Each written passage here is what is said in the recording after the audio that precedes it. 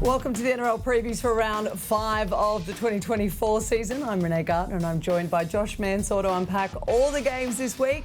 We kick off with yet another Thursday night blockbuster, and Storm will pack more than a punch when they return from the bye to take on the Broncos. Josh, Cam Munster, he has trained all week, but they're giving him up to captain's run to actually be selected to play, which is today. Yep. How much of an impact is he going to be back in there? Add Jerome Hughes also joining the squad too. Well, he's top 3, 5/8 in the game, and to get that kind of injury, I don't think anyone in the game would get that injury but Cameron. So very bizarre circumstances, but good to see him named.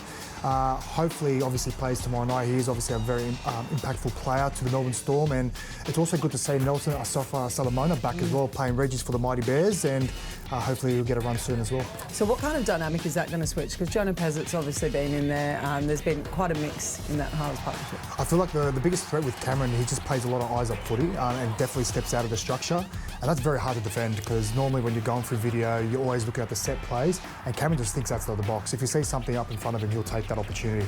And then you look at Jerome, he's very structured, pretty much a protege to Cooper Cronk, you know, likes to go into point to point to point. So they're very good in a way that they complement each other. But it is going to be a big game, obviously against the grand finalists in the Brisbane Broncos, but I think the Brisbane don't fare too well down in Melbourne. All right, well, let's look over to the Broncos. They won the battle against the undefeated Cowboys last week. They showed they could rely on their depth as well. Adam Reynolds really took control. But this is going to be really like another test for the side. Yeah, I spoke to Adam yesterday and we were just talking about the game, and asked him if he was surprised by the result, and he said no. Like, he was fully confident in that result, and he backed his plays, he backed his teammates, and yeah, they were low in personnel.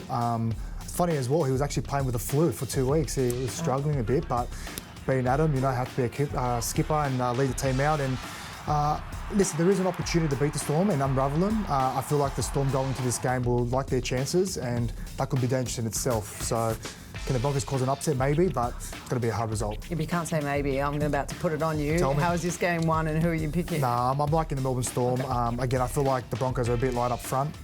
If obviously Cameron can play, it will definitely add a lot to their dimensions of their attack. So I'm going to go with the mighty Melbourne Storm.